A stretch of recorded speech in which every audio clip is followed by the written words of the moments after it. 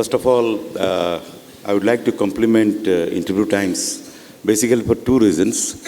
First, they are recognizing and giving importance and bringing to light the eminent personalities of the Odisha in different field of activities. But more than that, my second, I'm giving compliment, the second is more important. I think these persons who are going to be, respected or felicitated, they will be the role model for the current generation and the next generation. Because Odiyas, as you know, we always believed in government jobs. Very rarely we used to be entrepreneurs. But this generation has built many entrepreneurs. So these kind of activities will, encourage other people to come and be entrepreneurs. Friends, I being an engineer, I would like to bring into notice of the significant contribution of the engineering fraternity at the Odisha level and at the national level, which are of global importance. Incidentally, Indian in general and Odia in particular are very, very low profile persons. I can give an example. We had a very fantastic primary education system, but in ourselves, we used to criticize that, the boy is asked to mug the multiple tables and these kind of things.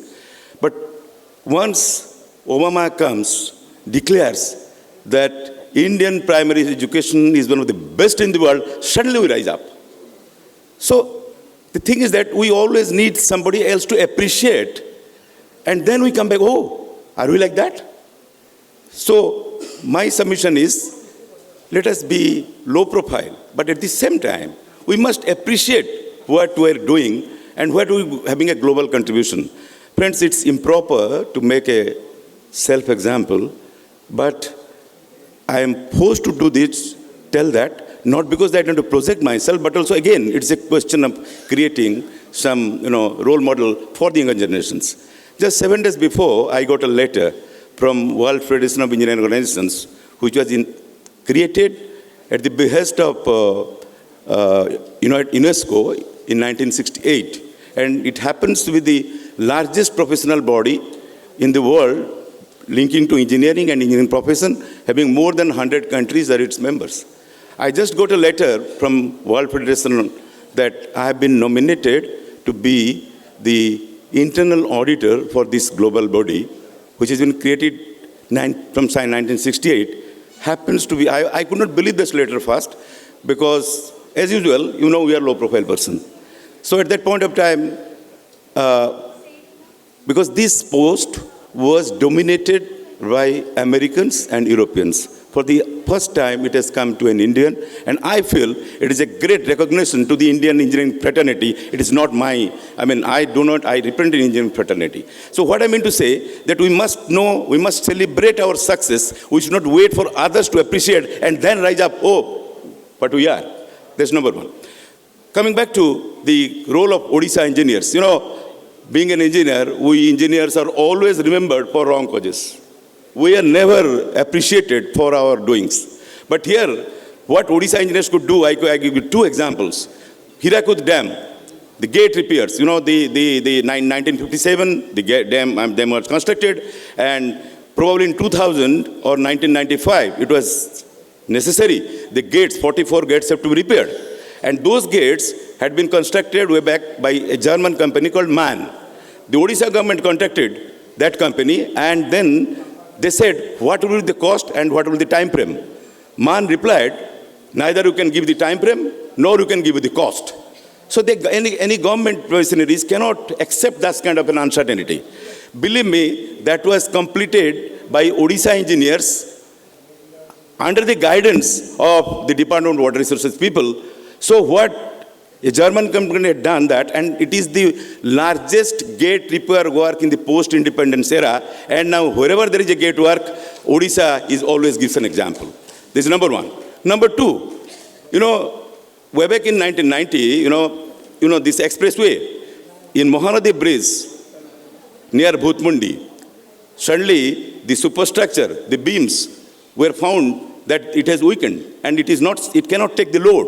So the only alternative was that you remove remove the superstructure, redo it again.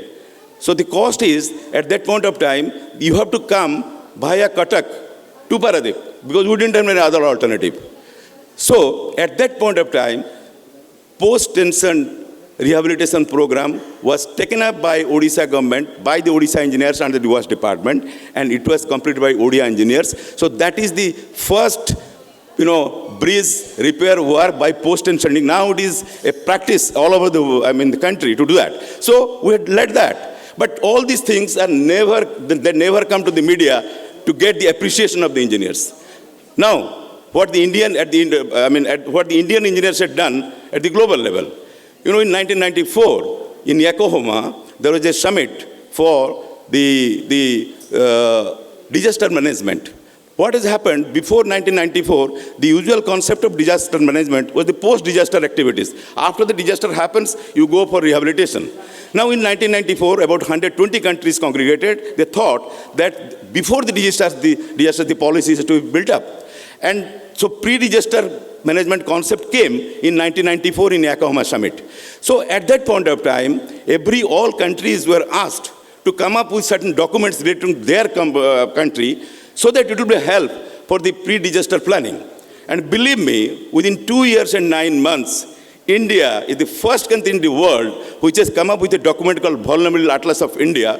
And now we are having a district-wise planning where any district, let's say Kendrapada district, how much it is affected by cyclone, how much it is affected by earthquake, how much it is by landslide, how much it is affected by flood, every data is there and it is updated every 10 years. Believe me, even a small country like Japan, which leads the disaster management, they could not make it within that time.